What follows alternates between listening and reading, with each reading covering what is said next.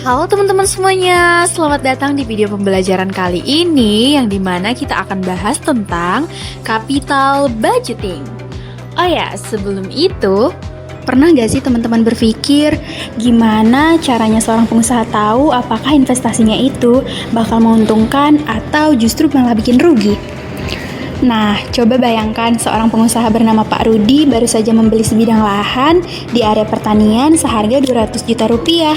Lahan itu rencananya tidak akan dijual sekarang, teman-teman, tapi disewakan dulu selama beberapa tahun untuk mendapatkan penghasilan tambahan. Menarik kan? Tapi tunggu dulu, apakah keputusan Pak Rudi ini benar-benar menguntungkan? Berapa lama sih modal 200 juta ini bisa kembali lagi? Dan kalau nanti tanah itu dijual lagi, kira-kira berapa besar keuntungan yang akan diperoleh? Nah, semua pertanyaan itu bisa dijawab lewat analisis capital budgeting. Disinilah ilmu keuangan berperan penting membantu kita menghitung, menilai, dan memutuskan apakah sebuah investasi layak dijalankan atau tidak.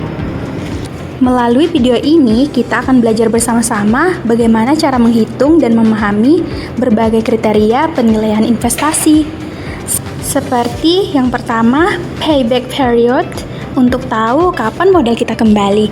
Yang kedua, discounted payback period, kalau kita ingin mempertimbangkan nilai waktu uang, kita bisa pakai ini. Yang ketiga, accounting rate of return, untuk melihat rata-rata keuntungan secara akuntansi kita. Yang keempat, itu net present value, itu untuk kita tahu apakah investasi menghasilkan nilai tambah.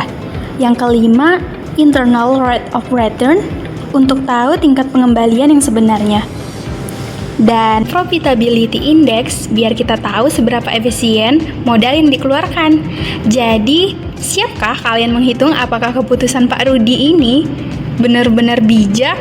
Yuk kita mulai analisisnya satu persatu. Dalam dunia bisnis dan investasi, setiap keputusan yang kita ambil pasti punya satu pertanyaan besar, yaitu kapan sih modal kita bakal kembali? Nah, untuk menjawab pertanyaan tersebut, ada satu metode yang dapat kita gunakan untuk mengetahui kapan sih modal kita bakal kembali, yaitu metode payback period. Tapi tunggu dulu teman-teman, banyak orang yang salah mengartikan bahwa payback period dan juga break even point atau BEP itu sama. Padahal kedua hal tersebut jelas berbeda. Break even point atau BEP bukan untuk tahu berapa lama kita bakal balik modal, tapi untuk tahu berapa banyak barang yang harus kita jual buat bisa nutupin fixed cost atau cost tetap kita. Sementara payback period berbicara tentang berapa lama waktu yang kita butuhin supaya kita bisa balik modal. Cara hitungnya juga gampang banget teman-teman. Aku contohin pakai contoh kasus kita yang di awal. Nah, Pak Rudi membeli sebuah lahan seharga 200 juta rupiah sudah termasuk pajak. Setelah itu, rencananya Pak Rudi mau nyawain tanah tersebut kepada para petani seharga 60 juta rupiah per tahun. Pastinya atas sewa ini, Pak Rudi bakal kena pajak sewa sebesar 10%. Tapi Pak Rudi nggak berencana menyewakan lahan ini selamanya teman-teman. Di tahun kelima, Pak Rudi berencana untuk menjual lahan tersebut dengan harga 400 juta. Dan saat menjual lahan ini nanti, Pak Rudi pasti akan kena pajak sebesar 4% dari penjualan lahannya nanti. Tapi Pak Rudi cuma mau invest ke lahan ini kalau investasinya bisa ngasilin 10% per tahun. Kalau bentuk investasinya kayak gini, kira-kira investasi lahan ini layak nggak ya untuk dijalani? Untuk tahu layak atau enggaknya, atau istilah kerennya visible atau enggaknya, kita bisa pakai 6 kriteria penilaian investasi. Yuk kita hitung, kita pakai kriteria yang pertama dulu, yaitu payback period. Tadi ceritanya Pak Rudi mau membeli sebuah lahan dengan harga 200 juta. Lalu, Pak Rudi mau menyewakan lahan tersebut selama 4 tahun dengan harga 55.200.000 per tahun setelah dipotong pajak. Tapi di tahun kelima, Pak Rudi mau menjual lahan tersebut dengan harga 400 juta. Belum dipotong pajak. Setelah dipotong pajak, 400 juta itu menjadi 384 juta. Nah, kalau investasinya kayak gini, kira-kira kapan ya Pak Rudi bakal balik modal? Di awalnya kita buat proyeksi cashnya dulu teman-teman. Terus kalau mau gampang, kita buat cumulative cashnya kayak gini. Jadi saat ini kita keluar uang sebesar 200 juta rupiah. Terus di tahun pertama, karena masuk uang sebesar 55.200.000 rupiah, kita kurangi dengan 200 juta kita. Jadi tinggal 144.800.000 rupiah. Tahun kedua kita kurangi lagi dengan 55.200.000 rupiah. Jadi tinggal 89.600.000 rupiah. Kita terusin ngitungnya kayak gini sampai pada tahun kelima. Nah, bisa kita lihat sampai akhir tahun ketiga kas kita masih negatif. Di akhir tahun keempat baru positif. Berarti Pak Rudi balik modal setelah 3 tahun lebih. Pastinya berapa lama? Kita bisa hitung kayak gini. Di tahun ketiga, investasi kita yang belum balik modal adalah sebesar 34.400.000 rupiah. Lalu selama tahun keempat, kita terima uang lagi sebesar 55.200.000 rupiah. Dengan kata lain, 55.200.000 rupiah ini kita anggap 34.400.000-nya atau sebesar 62%-nya untuk balikin modal. Kalau kita totalin, tepatnya Pak Rudi bakal balik modal dalam 3,62 tahun. Atau kalau mau dikonversikan lebih detail, berarti Pak Rudi bakal balik modal dalam 3 tahun, 7 bulan, 13 hari.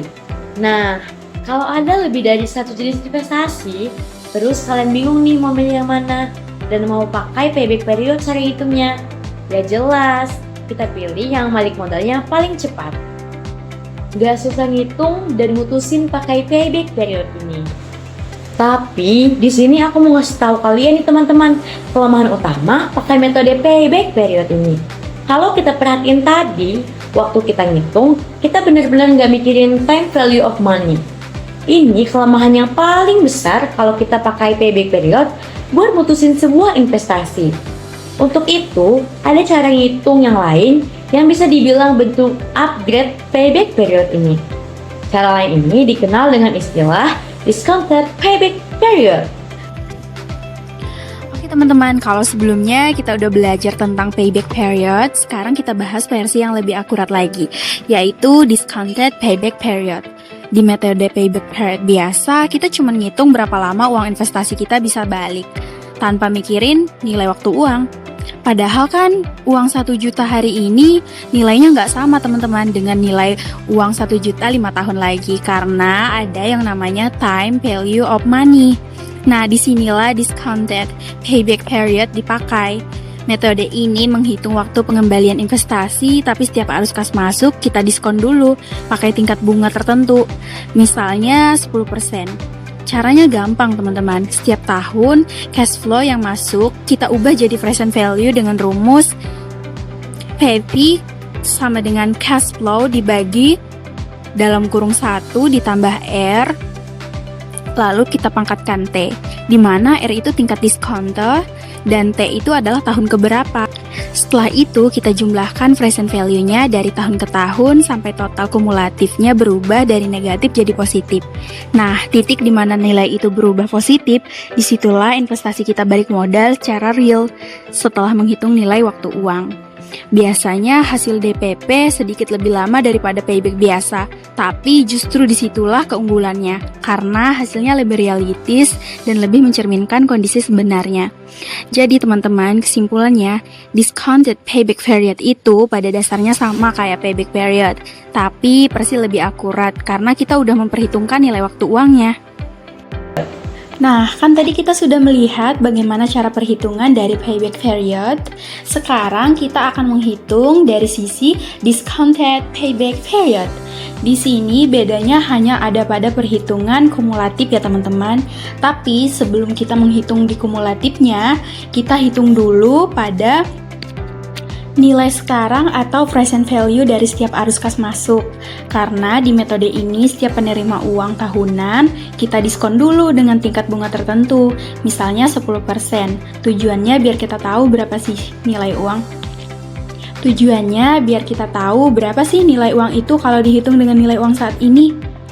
Nah, setelah semua present value tiap tahun udah kita dapat seperti ini, langkah berikutnya adalah menjumlahkan semuanya secara kumulatif dari tahun pertama sampai seterusnya.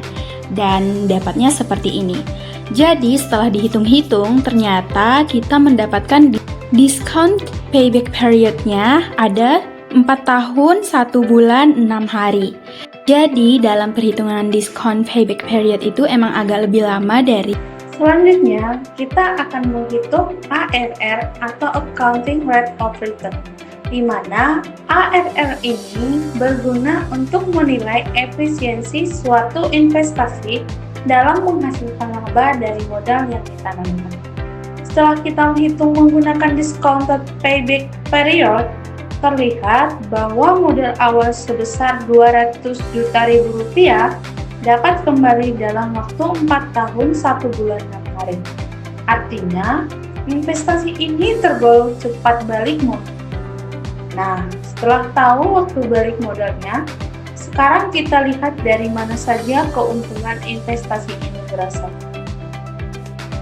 Selama 4 tahun pertama, tanah tersebut disewakan dan menghasilkan laba bersih sebesar Rp55.200.000 per tahun setelah dikurangi pajak 8%. Lalu, pada tahun kelima, tanah dijual dengan harga Rp400 juta dan setelah dikurangi pajak 4%, hasil bersih yang diterima menjadi Rp384 juta. Jika seluruh pendapatan selama 5 tahun dijumlahkan, totalnya mencapai Rp604.800.000 setelah dikurangi modal awal Rp200 juta, diperoleh laba bersih sebesar Rp448.000. Bila laba bersih ini dirata-ratakan per tahun, hasilnya sekitar Rp80.960.000. Perhitungan Accounting Rate of Return dapat kita hitung dengan menggunakan rumus rata-rata laba bersih dibagi investasi awal dikali 100%.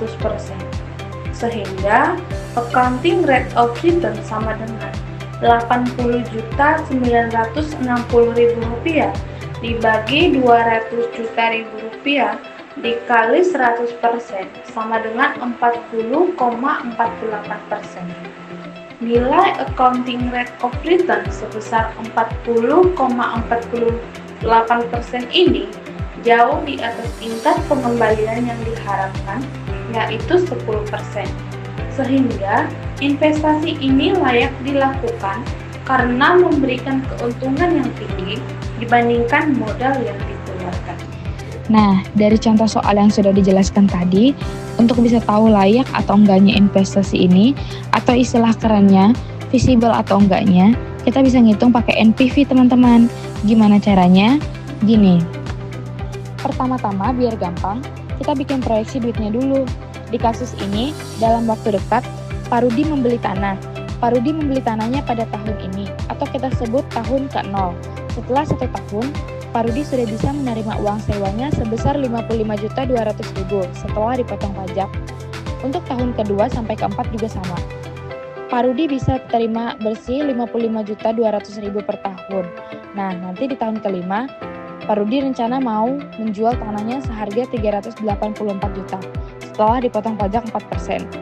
Kalau kita jumlahin total uang yang masuk atau keluar per setiap tahunnya, jadinya seperti ini.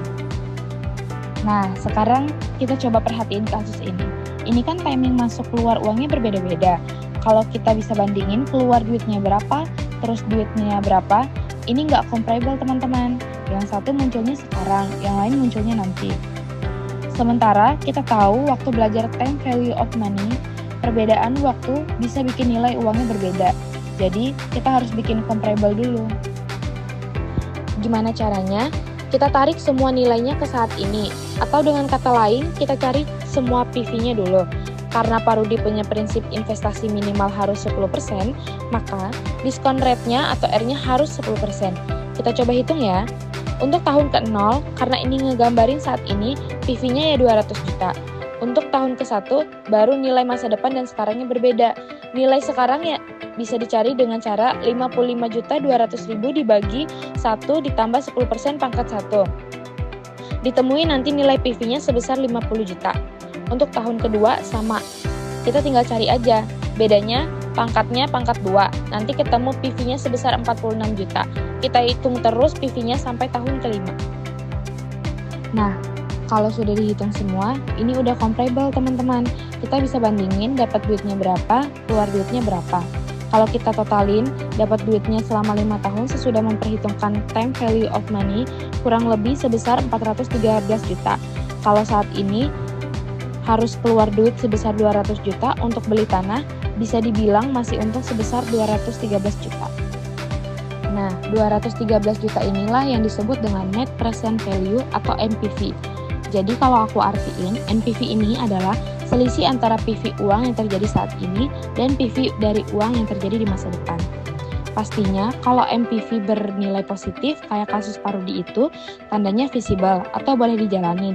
Tapi kalau dihitung nanti hasilnya negatif, maka investasinya jangan kita jalanin. Jadi kesimpulannya, asalkan proyeksinya nggak meleset dari investasi kita bisa dapat nilai tambah langsung sekarang dari investasi kita sebesar 213 juta.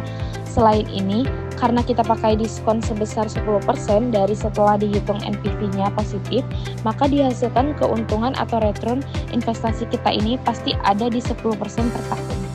Kegunaan dari IRR atau Internal Rate of Return. Secara konsep, IRR sebenarnya tidak menghitung investasi dalam persen yang sesungguhnya. Namun, IRR merupakan metrik analisis keuangan yang digunakan untuk mengukur profitabilitas suatu investasi. Adapun cara untuk menghitung IRR dengan menggunakan rumus yang tertera di layar ya teman-teman. Investasi layak dijalanin kalau investasi mempunyai value atau NPV-nya positif dan enggak layak dijalanin kalau NPV-nya negatif. Kalau pengen tahu batasannya layak atau enggak buat dijalanin, ini adalah waktu NPV kita bernilai 0. Besarnya yang bikin NPV 0 inilah yang bikin IRR. IRR investasi ini ada di 32%. Nah, berarti investasi ini sangat layak dijalanin, apalagi kalau standar investasi teman-teman berada di 20% ke atas. Buat nyari nilai IRR, di sini saya menggunakan rumus Excel. Caranya gampang teman-teman, tinggal masukin proyeksi kasnya kayak gini. Sama dengan IRR, buka kurung, drag proyeksi kasnya lalu tutup kurung. Nah, ketemu deh. Namun, untuk investasi tanah kita ada di 32%. Jadi, di 32% inilah NPV kita bakalan 0. Nah, tapi IRR ini punya dua kelemahan teman-teman. Yang pertama, bisa jadi IRR kita lebih dari 1. Dan yang kedua, investasi kita nggak punya IRR. Oke, masuk ke metode capital budgeting yang terakhir. Yang akan kita bahas adalah Profitability Index atau biasa disingkat dengan PI. PI ini mirip banget dengan NPV, cuma bedanya kalau NPV kita mencari nilai atau value-nya, sedangkan PI itu kita mencari rasio antara hasil investasi dengan modal awalnya. Cara menghitungnya juga gampang banget. Kita cukup bagi total present value dari cash flow setelah investasi dengan nilai investasi awalnya. Misalnya, total PV cash flow kita sebesar 413 juta dan modal awal 200 juta. Tinggal kita bagi aja, hasilnya sekitar 2,065. Nah, dari situ kita bisa lihat kalau PI lebih dari 1, berarti investasi tersebut layak dijalankan karena tandanya NPV-nya positif dan hasilnya lebih dari modal yang kita keluarkan. Sebaliknya, kalau BI di bawah 1, itu tandanya investasinya tidak layak, karena NPV-nya negatif alias hasilnya tidak menutup modal awal. Intinya, semakin tinggi nilai PI, semakin menarik juga investasi untuk dijalankan, karena itu menunjukkan kalau proyek tersebut bisa memberikan hasil yang jauh lebih besar dari modal yang kita tanamkan. Nah, dari semua pembahasan tadi, kita bisa simpulkan kalau capital budgeting itu bukan cuma soal menghitung angka, teman-teman, tapi tentang bagaimana kita membuat keputusan investasi yang cerdas. Setiap kriteria punya perannya masing-masing, ada yang fokus pada waktu pengembalian modal, ada yang melihat keuntungan bersih, dan ada juga yang menilai kelayakan proyek dari nilai kini maupun tingkat pengembalian investasinya. Jadi, kalau kamu ingin memulai usaha atau menilai proyek baru, gunakanlah analisis capital budgeting sebagai panduan. Karena dengan perencanaan yang matang, kita nggak cuma berharap untung, tapi bisa mengukur peluang sukses secara nyata. Terima kasih sudah menyimak sampai akhir. Semoga penjelasan ini membantu kamu memahami cara menilai investasi dengan baik dan bijak. Sampai jumpa di pembahasan berikutnya.